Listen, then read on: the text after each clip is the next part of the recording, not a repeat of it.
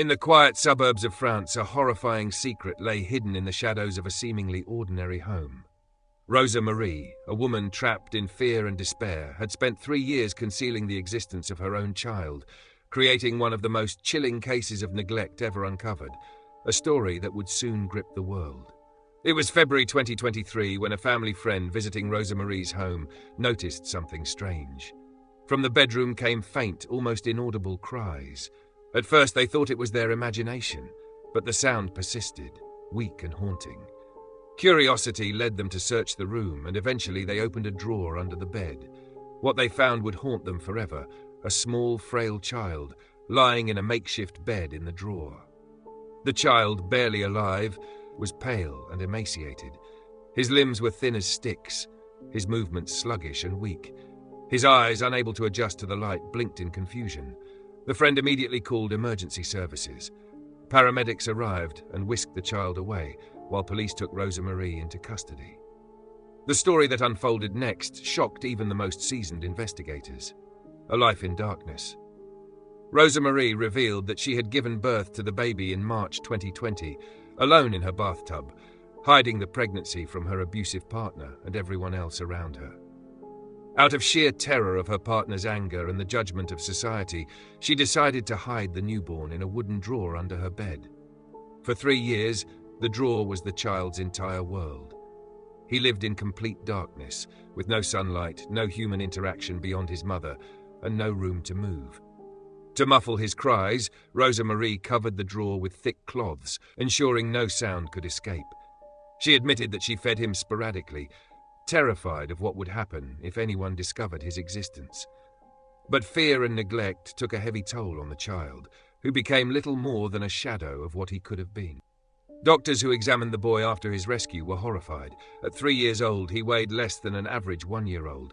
His muscles were so underdeveloped that he couldn't stand, let alone walk. His vision was impaired from living in darkness, and his skin bore the marks of untreated infections and rashes. But the most devastating damage was not physical, it was emotional and cognitive. The child couldn't speak, didn't respond to caregivers, and showed almost no signs of normal emotional development. He had been deprived of touch, love, and any form of stimulation, causing profound delays that doctors feared might be permanent. The trial. The case went to court in November 2024.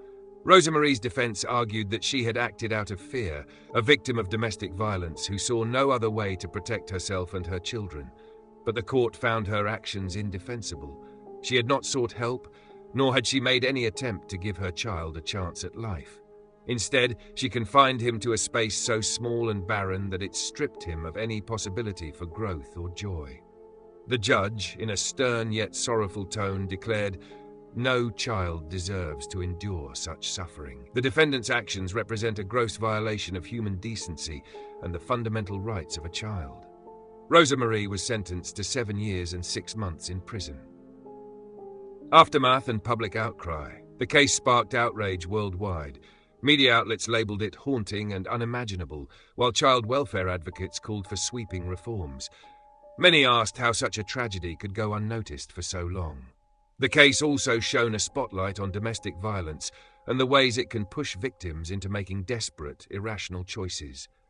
Critics pointed to the failures of social systems to detect warning signs and intervene in families at risk. The child's future.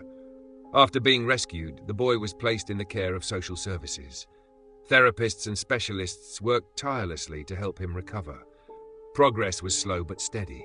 He began to smile, to recognize the faces of his caretakers, and even to take his first steps.